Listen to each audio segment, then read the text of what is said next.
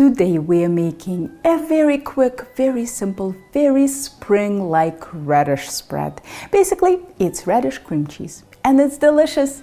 It works great in little finger sandwiches, on bagels with a slice of smoked salmon, in a chicken sandwich or a lettuce wrap. What's so cool about it is that it's both creamy and crunchy at the same time. We'll need 200 grams of radishes, which is about this much. Cut them into quarters, dump them into a food processor, add a pinch of salt, and process. At this stage, this mixture doesn't need to be very even or very fine.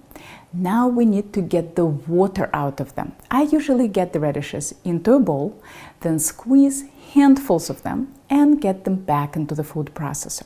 But as I was editing this video, I realized that the smart way to do this is to put the radishes into a fine mesh sieve and let the water drain out.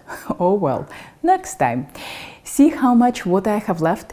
If I didn't remove it, I'd end up with a radish soup instead of a radish spread.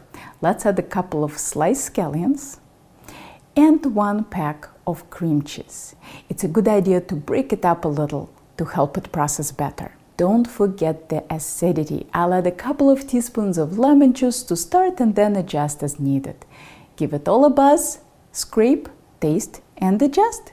It should be nice and bright tasting. If it's not, you might need more salt or more lemon juice or both.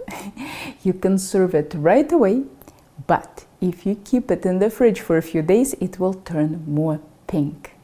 My favorite way to serve this spread is in little finger sandwiches on good crustless white bread with sliced radishes on top, a few drops of lemon juice, and a sprinkle of salt. I think a good bread for this is pain de mie. It's basic French white bread with a tight crumb. Here are more culinary tutorials for you to check out, and the link to my online classes is in the description below.